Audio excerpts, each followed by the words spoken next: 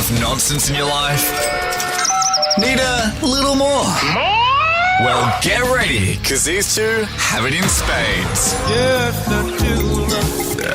Loose talk. What are you talking about? Nonsense. Even looser opinions. Please explain. And you're along for the ride. Everybody strap in! This is The Burble with Benny and Az.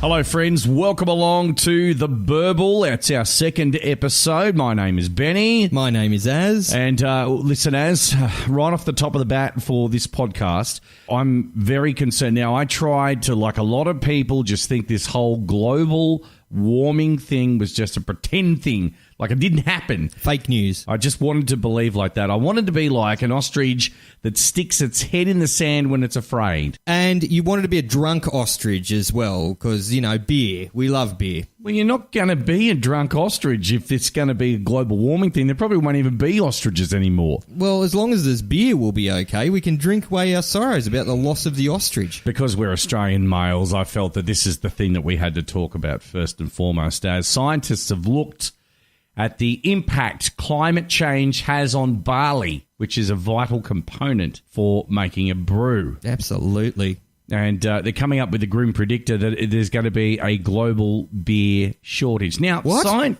That's what. What? I know. I've got a cold sweat. Literally, look, I've goosebumps and a cold sweat. Well, you won't be able to chill out with a cold one. Australia apparently hit peak beer in 74 and 75. Now, hang on a minute. 74 and 75, that's when we hit peak beer. We weren't around then. No, so it wasn't peak beer. I reckon peak beer is about 9:45 on a Friday night for me. That's when I hit every peak single beer. week. But apparently now, statistics show that in Australia, we rank 23rd in the world for beer consumption. What are we doing? 23rd in the world? Come on, Australia. We're number one in the cricket, the tennis. Whoa. In my mind, we are. We're not number one in the cricket anymore. Well, you know, you've got to sand the numbers a little bit. It'll be fine. But what are we doing? We're a sporting nation. 23rd. That's just not good enough. Really isn't. No, it's Pick not. up your game, Australians. Pick up your cans and get on it. Absolutely. There's going to be a beer shortage, and it all comes down to barley. Now, I'm thinking, Australia, we need to act quickly. We need to build biodomes. We need to make sure that the barley is safe, so we've got the barley growing in there. You know, this could be a more lucrative deal than, say, growing marijuana in your backyard. Well, absolutely. We should irrigate the desert and just have, you know, change the Northern Territory or Western Australia to the beer state. Yes. Barley, unfortunately, is being used in a lot of other purposes. Well, stop it. Barley is exclusively for beer from now on, from here on out. Yep. It's mostly used for feeding livestock, barley. You've put me in a hard spot there. But less than 20% of the world's barley is made into beer. But in the US, though, and China, and possibly Brazil, at least 2/3 of the barley goes into six-packs, drafts, kegs, cans, and bottles. But barley's been losing ground of vital crops because climate conditions and slowing overseas demand. So what are we going to do about this? There's a beer shortage. Now, can you remember having a look at footage, you can find it on YouTube, of the United States when there was gas shortages and cars lined up at servos or the gas station trying to get themselves some gas and they couldn't get gas? Yep. You're going to have the exact same thing down the bottle-o trying to get a case. It's going to be like Mad Max at the drive-thru. Exactly right. They're looking for water and fuel and ammo. I just want a car. Just give me a carton of beer, please. Well, make it two because there's a shortage. Yeah. Because we're going to hit peak beer very shortly. Now, you won't hear this noise often, okay, in having a drink. You're not going to hear that. What are we going to do, Az? Are we going to become a country of teetotalers, do you think, Australia? Well, are you going to enjoy? Is it going to be the old days, like at the AFL, you went and sat on those splintered wooden seats at the MCG with your thermos full of tea or soup, wearing your coat, and you'll just cheer, not as emphatically as they do these days, but they were more polite back in the old days. They were very polite. And I don't know whether or not they were allowed to bring beer in back in those days. I remember you used to be able to bring your own beer to Mount Panorama. So what I think we should do with the beer shortage is, there's a couple of other alcoholic alternatives, but I will not drink cider. No, I mean, there's plenty of apples. You know what? I'm with you. I can't do the cider thing. It's just not. It's not something that's in me. I can't really do it. What we realistically need to do is make it post-cool. So all the hipsters want to drink beer again. And then they can go off and farm barley because... But don't they, isn't that the succession term now that hipsters have, okay? So they don't really have a lot of friends in high school. They take a guitar every day. They'll sit down on the lawn. They'll play it. They'll get out of high school. They'll do their own thing. They'll travel. They'll grow a beard. They'll come back. And then a collective of them will start some sort of pocket microbrewery, which then they'll serve, Australian-made German sausage for food there as well, and they'll call it a moderately successful business.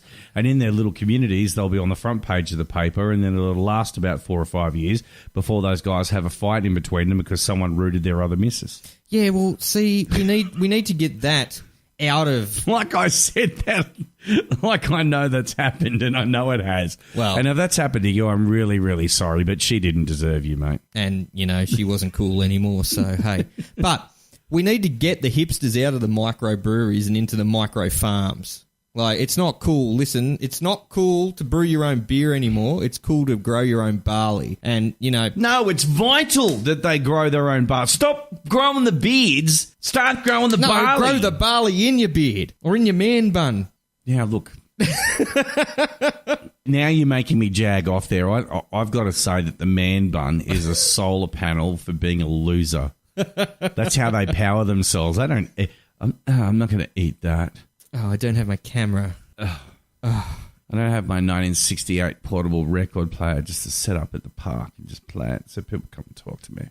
I don't have that. Man buns. Man buns. As dumb as the cronut, as far as I'm concerned. The cronut was better than a man bun. I know which one I'd rather eat. All right. So the findings have come. Now, get this.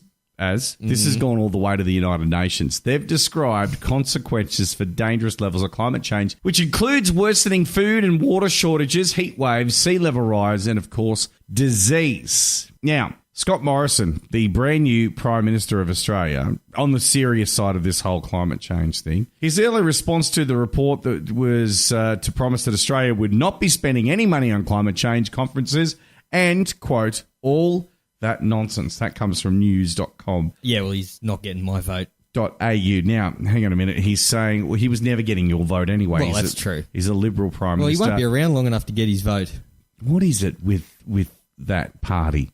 I don't get it. It's like musical PMs. Not even musical PMs. Musicals are usually entertaining. Well, maybe if there was more beer, they get more pissed and just leave everyone alone, like the old politicians used to do. Oh, now, that is a concept. If we could do a doodle-doo from Wayne's World, I would love to hear question time in the House of Representatives. We're on the cans. Absolutely. Well, I think, going back to beer and Prime Ministers, that our Prime Minister of Australia, instead of getting sworn in by the Governor-General and all that crap, he needs to scull a yard glass under 10 seconds. Like our previous greatest Prime Minister, Bob Hawke. Robert J. Hawke. And he actually held the world record for drinking a yard glass. And if that's not the most Australian thing ever, I don't know what is. And I think he should have brought in a law that everyone that came after him had to put down a yard at least as quick as he did, or he wasn't fit to rule the country. You know what? I think the most Australian thing I've seen is that bloke punching that kangaroo for attacking his dogs. Why is he not Australian? And to finish it up, it would have been after a couple of beers that he had the gusto to actually go and job that kangaroo in the jaw. The only thing better would have been if he'd pulled a can out of his pocket and cracked it open and had a drink after he'd jawed the kangaroo. Do you know what, though? Mates will fight, and then they are, like half an hour after that's all done, they're at the actual bar going, Yep. Sorry, mate, with bloody noses. Yep. He should have jobbed the kangaroo, got a spare can, whacked it in its pouch and said, cheers, bro. I don't think it was a girl kangaroo, but I like the sentiment. But the look on his face was amazing. He was like, bugger this, I'm off to find a beer. Or maybe some barley, if there's any left. And don't with me dogs.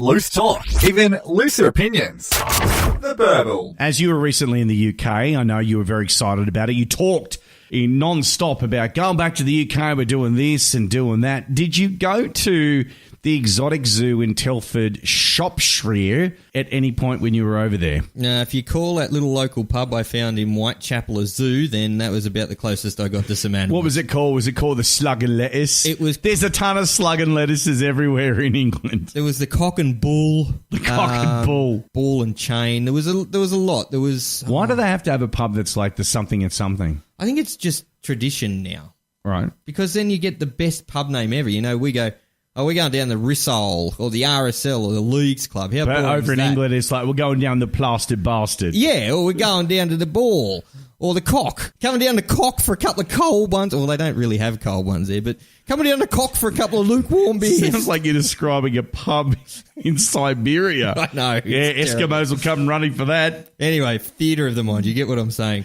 Anyway, over at the Exotic Zoo in Telford, Shropshire, it's cost them tens of thousands of dollars for this display to be built. Now, it is a display which is filled exclusively for penguins, but, the zoo owners couldn't get the real thing, so they have models of penguins. Models of penguins. We're talking fiberglass reproductions of penguins. So, like what you get at the reject shop when they have a garden sale, you know, the gnome things, but Yep. they're like meerkats and all that other crap. No, specifically penguins. Did anyone check the meerkat enclosure? Oh, I don't know if they've got a meerkat enclosure over there. Fiberglass penguins. Now, a delivery of 6 Humboldt penguins was expected in July, but they were unable to get them due to an outbreak of avian malaria. So instead, zoo staff thought it would be funny, or rather necessary, to get plastic figurines in, as the enclosure is too specialist to house any other animals. Now, Right. you gotta pay the ingenuity at this zoo for it. It's in Shropshire, so I don't even know where the hell Shropshire is, but Jesus Christ, it sounds like a good job. So, can you imagine? Imagine the saving on food. Yeah, and keepers and all that other sort of stuff. But can you imagine, like, the night before they get the phone call from the Royal Post, and they're like, Royal Mail. So, about your penguins. Oh, my God, I've just seen the photo. They're quite lifeless. I wouldn't say lifelike. Well, the caption on the photo says, "What'll they think of next?" Wah, wah, wah. Now, I think there's a couple of genus of penguins here. That's an emperor penguin. That's not. That's a fairy penguin. That's a fake penguin. That's what that Well, is, they're all fake, but anyway, they're standing around standing at the sun like they're, waiting for the ode to start at 6 down the RSL. You know what I would have done? If I was the keeper of the plastic penguins, I would have snuck in there one night and turned one upside down, stuck it in the pond like it was dead, just to traumatise the small children. Well, see, the thing is, there's no water in the pond at the moment. Just to have the penguin floating on its face. Is that what you're saying? Yeah, or half bury one. It would have been a good opportunity, though, you would think, that had they only released The Last Jedi in the last couple of months, to replace all these penguins with porg. It's pretty easy to do with CGI, so I hear. Well, you don't even have to do it with CGI. Just get a couple of things in there. They could have even just bought those $49.95 ones that they've got at Kmart. Yeah, and I think they move and stuff. These are fiberglass. They don't do anything. This is so 1990s tech. Why didn't they get robotic penguins? Oh, speaking of 1990s tech, me and you jumped the wall one night and replaced all them penguins with Furby.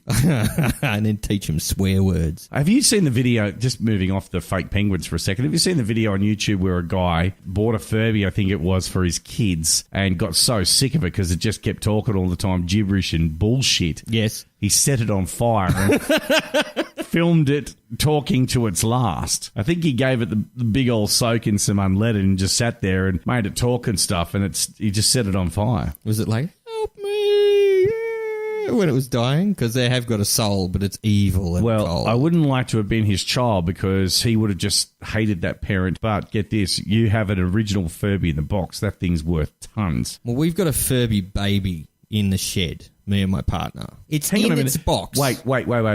Did you buy it? No, God, no. It came with her when she moved in with me. Right, okay. But the thing is, it's in a random box in the shed, and I don't know which one it's in. And every time I go to get something out of one of my boxes in the shed, you thump the boxes, and the damn thing goes off. It's still got It batteries still in it. works. There's like, and you can hear the motor inside. You go, because it's in a box against like all this other shit. Okay, so I've just decided what we need to do, right? Is she going to be sad if that thing gets... Yes. Okay. Yeah. I It's was still gonna- in the box, for God's sake. It's not It's unboxed. not mint. Oh, no, it's right. not mint, but Okay. it still has its original I was box. going to say, me and you, what